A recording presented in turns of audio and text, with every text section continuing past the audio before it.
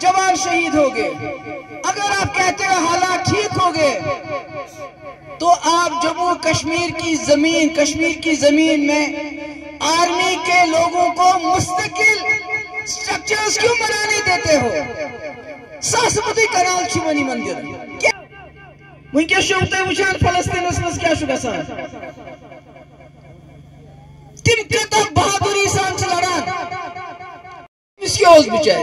तमिस core passport बंद, many बच्ची core passport बंद, मे कोर पासपोर्ट बंद, बनीस एरियल नाद मकान मत से कड़ित ये चलो तो करो।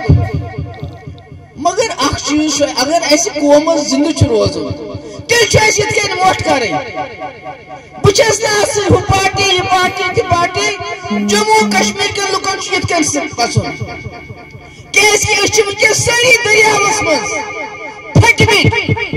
अगर अकिस थप दिमो दपो यह वालवन बन तम मज ने कह कोशिश कर इकवटे गस नबर नीर जदोजहद कर मुफ्ती साहब ये PDP बनो ब्या जदोजहद वनकस कर मैंने कौशिर बाया मेरे गुजर भाइयों पन पान करो तूत मजबूत कि BJP क्या सरकार ये सरकार हिंदुस्तान मज बने सह गो तुम खुद तल वात।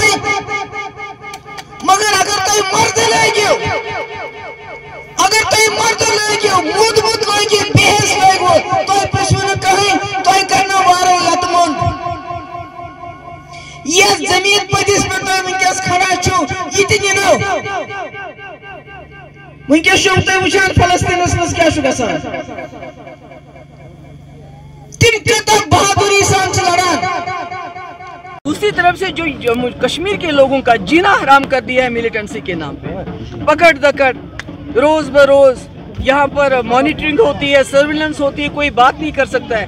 तो मुझे समझ नहीं आता है अगर ये कहते हैं हालात ठीक है तो फिर हमारे जवान शहीद क्यों हो रहे हैं? मुलाजिमिन को बरतरफ किया जा रहा है।